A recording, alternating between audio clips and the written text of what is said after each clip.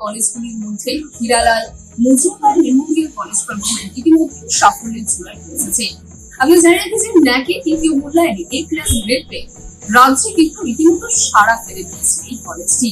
আমরা জানি যে জাতীয় স্তরে এই ধরনের সাফল্য খুব কম কলেজে পেয়ে থাকে। এর আগে পশ্চিমবঙ্গের তরফ থেকে বেথু কলেজের মতো শিক্ষা প্রতিষ্ঠান এই ধরনের সাফল্য পেয়েছিল।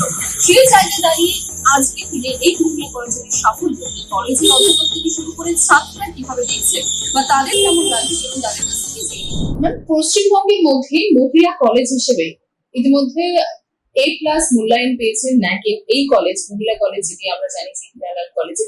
সে বিষয়ে কি বলবেন? কারণ বলতে গেলে রাজ্য রাজনীতিতে সারা এরকমই একটা পদে এসে দাঁড়িয়েছে এখন কলেজটি।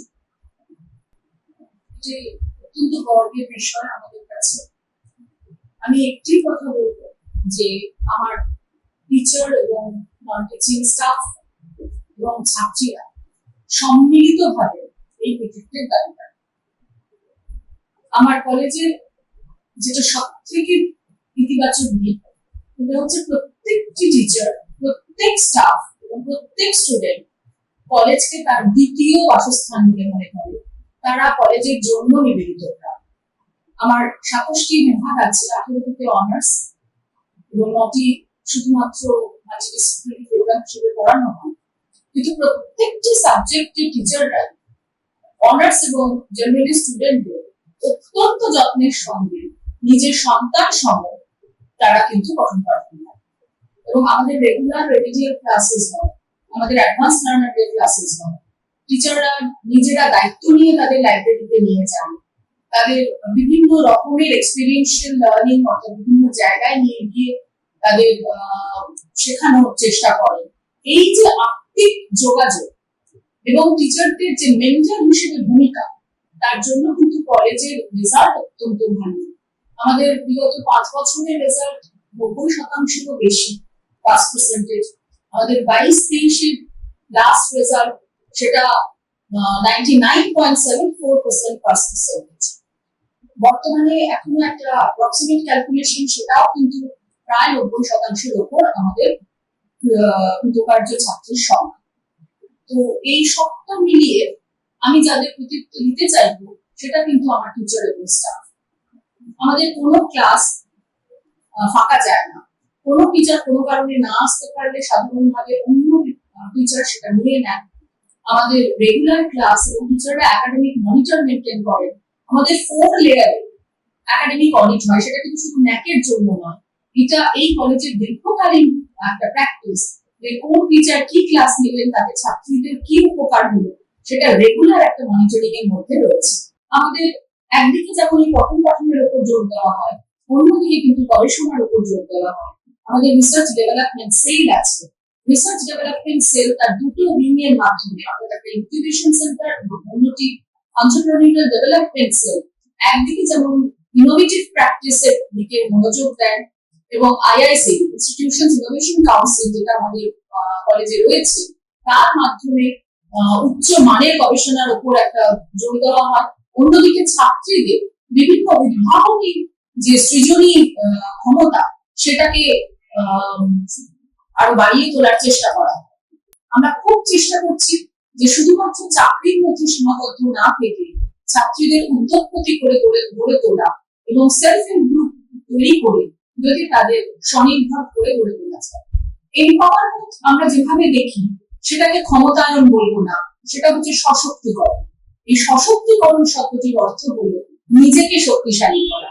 আমরা কিন্তু সমস্ত টিচার, অধ্যাপক, আমাদের নন টিচিং স্টাফ সবাই মিলে আমরা চেষ্টা করছি যাতে ছাত্রীরা নিজ শক্তিতে বলিয়ান হয় এবং তারা সমাজের বুকে নিজের মতো করে প্রতিষ্ঠা পায়। আমরা মাননীয় মুখ্যমন্ত্রী মহোদয়ের কাছ থেকে একটা সদর্থক বার্তা পেয়েছি এ প্রসঙ্গে। আমাদের উচ্চশিক্ষা মন্ত্রী প্রফেসর অধ্যাপক ব্রাত্য বসু মহাশয়, তিনি আমাদের তার বার্তা এবং আশীর্বাদ পাঠিয়েছেন। চন্দ্রিমা ভট্টাচার্য ম্যাডাম, তিনি আমাদের বলেছেন তিনি আসবেন। আমাদের এমপি অধ্যাপক সৌগত রায়, তার স্নেহ এবং তার ছত্র ছায়ায় এই কলেজের অনেক সমৃদ্ধি ঘটেছে, তাকে আমরা পেতে চলেছি। আর সর্বোপরি যার কথা না বললেই নয়, যে আমাদের যিনি স্থানীয় এমএলএ কিন্তু তিনি আমাদের অভিভাবক, আমাদের গভর্নিং বডির প্রেসিডেন্ট শ্রীযুক্ত মদন মিত্র মহাশয়, তিনি কিন্তু এই কলেজের এই সমৃদ্ধিতে প্রত্যেক মুহূর্তে আমাদের পাশে থাকেন। এবং যেটা অবশ্যই বলা যে তিনি একদম অনিয়ন্ত্রিত একটা খোলা হাত দিয়েছেন কলেজের ভালোর জন্য। যা কিছুই আমরা করব সবকিছুতে তিনি সমর্থন দেন। সুতরাং তার অভিভাবক করতে কলেজ আরো সমৃদ্ধ হবে এই প্রত্যাশা। আমি হচ্ছে চন্দ্রায়ণী দে। আমি এফএইচএ মানে ফুড অ্যান্ড নিউট্রিশন ডিপার্টমেন্টের ফার্স্ট সেম শেষ হয়ে গেছে, সেকেন্ড সেম চলছে, সেকেন্ড সেম পরীক্ষা সামনে আছে, জায়গাটি 1 ইয়ার। এখানে টিচাররা খুবই ফ্রেন্ডলি থেকে বড় কথা, যখন কোনো সমস্যায় পড়ি সবার আগে টিচার্সদের সাথে কথা বলতে হয়। মানে যে কোনো বিষয়, সেটা পড়াশোনা হোক কিংবা কেরিয়ার কাউন্সিলিং হোক, সব কিছু সাইকোলজি অনার্স নিয়ে করেছি, স্টুডেন্ট।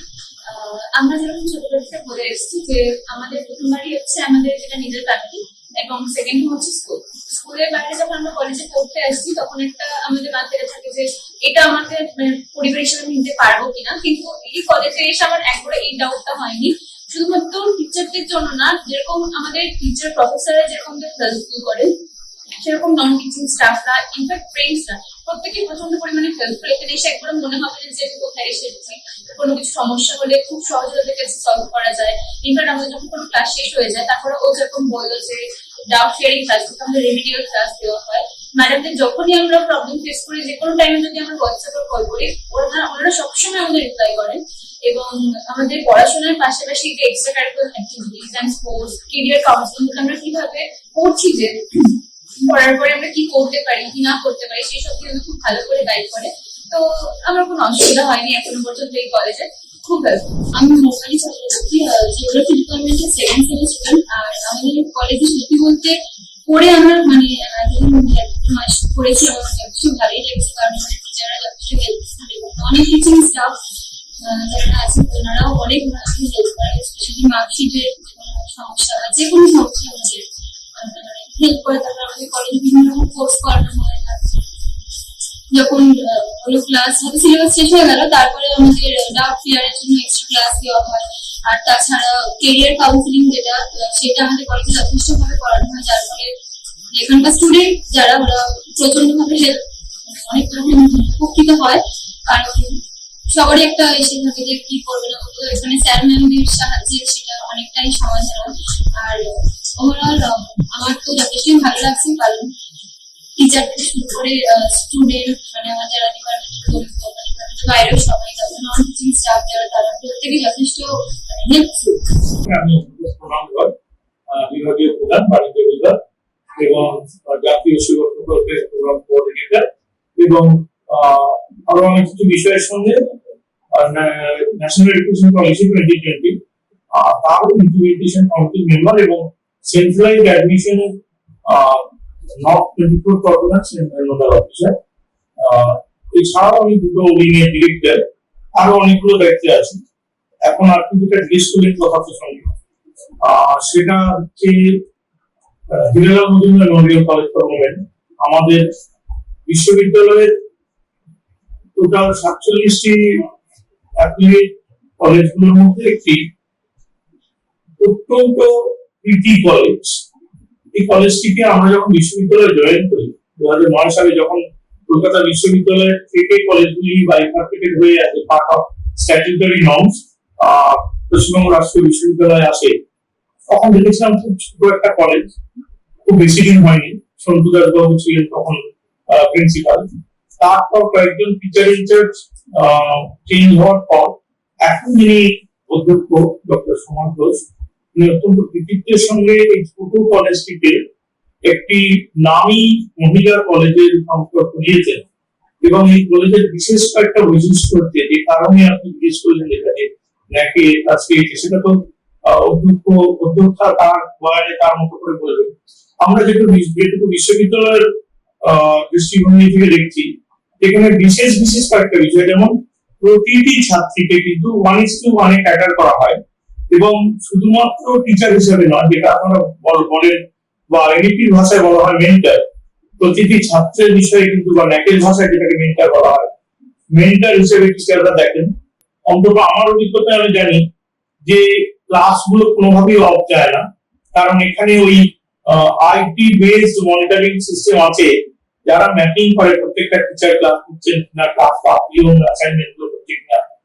এবং পশ্চিমবঙ্গ সরকার যেমন মাননীয় মুখ্যমন্ত্রী যেমন প্রতিটা বাচ্চাকে বিভিন্ন ধরনের সুবিধা দিয়েছেন হায়ার এডুকেশনের জন্য, তার অঙ্গ হিসেবে Hiralal Majumdar Memorial college government সেও কিন্তু উমেন এম্পাওয়ারমেন্ট কথাটাকে শুধুমাত্র পোশাকি অর্থে না রেখে, শুধু বইয়ের মধ্যে সীমাবদ্ধ না রেখে, সত্যিকারেরই তাদের এই বাচ্চাদের একেবারেই পরিপূর্ণ মহিলার রূপ দিতে চাইছে, যাতে তারা সংসার সামলানোর পাশাপাশি তারা বিভিন্ন বিষয়ে মনোযোগ দিয়ে নিজেদের ব্যক্তিত্বটাকে তুলে ধরতে পারে, যেটাকে আমরা বলি পার্সোনালিটি ডেভেলপমেন্ট।